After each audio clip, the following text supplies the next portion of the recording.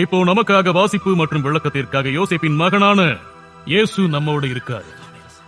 இயேசு. நன்றி ரபி பென்யாமின். தயவு செஞ்சு கொண்டு வாங்க. வாசிக்கும்படி எடுத்துக்கொள்ளப்பட்ட பகுதி ஏசாயாவிலிருந்து. கர்த்தராகிய தேவனுடைய ஆவியானவர் என் மேல் இருக்கிறார்.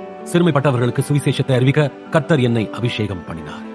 இருதயம் நொறுங்குண்டவர்களுக்கு காயம் கட்டுதலையும், சிறைப்பட்டவர்களுக்கு விடுதலையையும், கட்டுண்டவர்களுக்கு கட்டவிழ்த்தலையும் கூறவும் கர்த்தருடைய அனுகிரக வருஷத்தை அறிவிப்பதற்காக அவர் என்னை அனுப்பினார்.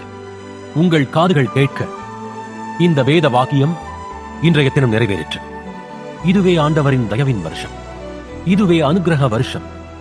ஏழைகள், இதயம் நொறுங்குண்டவர்கள், சிறைப்பிடிக்கப்பட்டவர்கள் மற்றும் குருடர்கள், இவர்கள் அனைவருக்கும் மீட்பை வழங்கும் வருஷம் இது. இங்க இப்போ